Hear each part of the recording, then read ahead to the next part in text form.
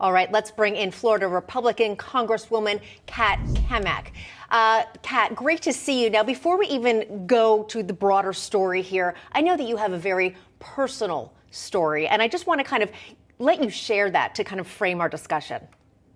Absolutely. Good to see you, Katrina and Bob. And yes, this is a personal issue to me on so many levels, starting with the fact that I'm not even supposed to be here. My mom, she was urged to abort me because I was a high-risk pregnancy. When she was 27 years old, pregnant with my older sister, she suffered a stroke. And it took her about a year and a half to learn how to walk again, basic motor skills.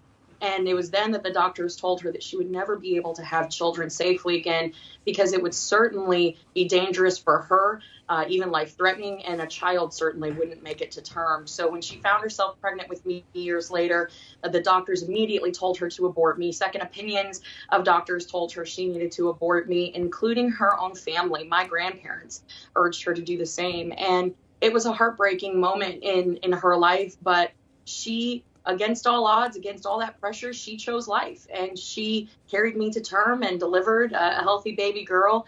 And I'm here today because of my mom's courage in order to make that very, very personal, life-changing decision for herself. But she thought that it was so important to protect her baby girl. And it was truly God's intervention in that moment. So for me, looking ahead, looking now as the voice of the generation of millennials in Congress, but millennials and Gen Zs all across this country, this is really, truly the issue of our lifetime. This is a human rights issue. This is about a women's empowerment issue. Being pro-life is the party of science. It is the party, it is the movement of the human rights movement. And really, this is going to be a defining moment that we see here as the final ruling comes out, because we will be the post-Roe generation as well. And just to finish up your narrative, your story, you're married to a first responder. I forget how many kids you have, but I met one of them. She's really smart. So that's what has come. And you're a congresswoman, which is just an extraordinary story. Give us a feel for what Florida politics are like when it comes to this issue, because it's known as a swing state. It's been more conservative lately. But I'm kind of curious where people are standing on this and what conversations you're having with people, because I don't want to make it like it's cut and dried in Florida especially. You know, it's definitely becoming more of a conservative state, Florida is. And of course, we had our amazing governor, Ron DeSantis, just sign into law the 15-week abortion ban. And I think that this is long overdue, because we now know that science is catching up to what we've known all along, that life begins at conception, and that viability and that question and concern of viability, it is certainly at 15 weeks, if not sooner. And that is when you really start to get into this conversation about not just viability, but consent. And when I talk to people on the ground back home throughout the state, they all are very, very deeply rooted in their own belief system. Some folks believe that this is very much a woman's issue, where she should be able to terminate the child up until the day of delivery, because they don't see that child as a child. They see it as something that is within that woman's womb, and that woman has complete autonomy over that independent, that child. However, the thing that I continually push back with is that is a separate heartbeat. That is two heartbeats. That's the mother and it is the child. That is two sets of DNA, unique DNA.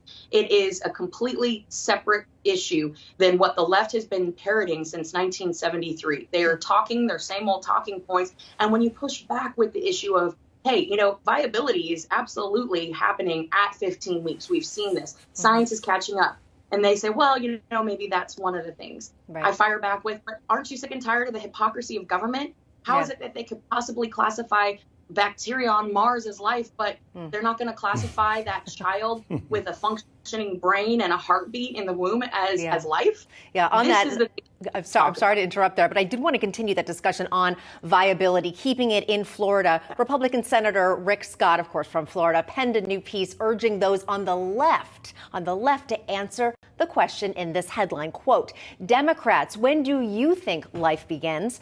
His piece goes on to argue, quote, when do Democrats believe life begins? At conception, at viability, at birth, Afterbirth, they won't say. Even more disconcerting, reporters won't ask them. It's a dereliction of duty by the mainstream media not to push the question, and it's an abdication of their responsibility to inform the American public and spur legitimate debate.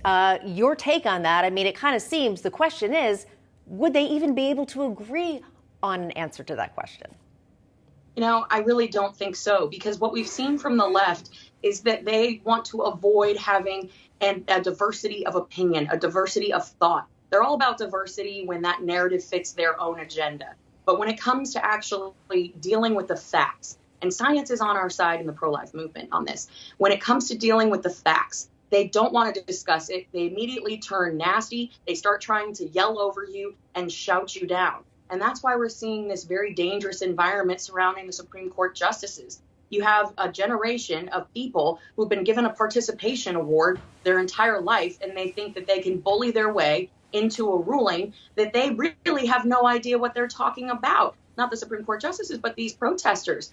Roe v. Wade is simply returning this issue back to the states where it has rightfully belonged for so long. They don't understand that. I can't imagine how foolish someone must feel protesting an issue that they, quite frankly, don't understand. All right. Thank you so much, Congresswoman Cammack, for being with us. Always a pleasure talking to you. Thanks, Bob.